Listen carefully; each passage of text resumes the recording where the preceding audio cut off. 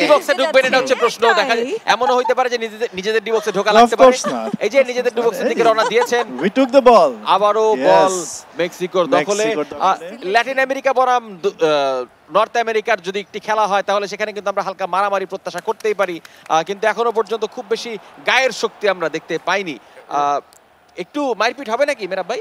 না না থাক, ঠিক আছে থাক। ওরা না, যারা হচ্ছে রাইভাল টিম তারা কিন্তু এসব অ্যাক্টিং মারপিট এসব করেই অভ্যস্ত।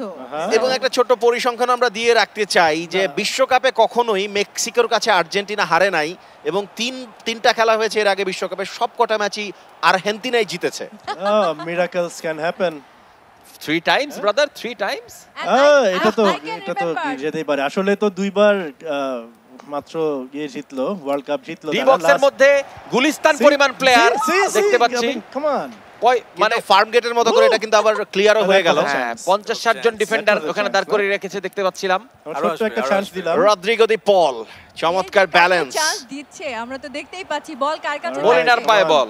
লো চেলসো আমাদেরকে পাস দিয়ে দিচ্ছে না সুন্দরভাবে। কোথায় একটা গোল দেওয়ার পরে যেরকম কুতুর কুতুর করতে শুরু করার জন্য এটা কিন্তু নাকি আরেকটা গোলের লক্ষ্যে তারা এগিয়ে যাচ্ছে এবং এর জন্য কানের পাশ দিয়ে গুলিটা বেরিয়ে গেল।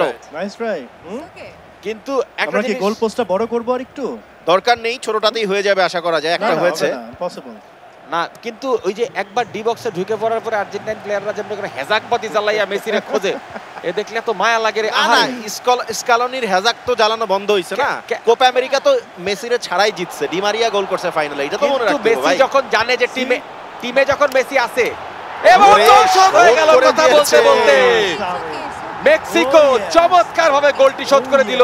1-1 গোলের সমতা মাত্র 36 মিনিটের মধ্যে দুটো দুর্দান্ত গোল আমরা দেখতে পেরেছি।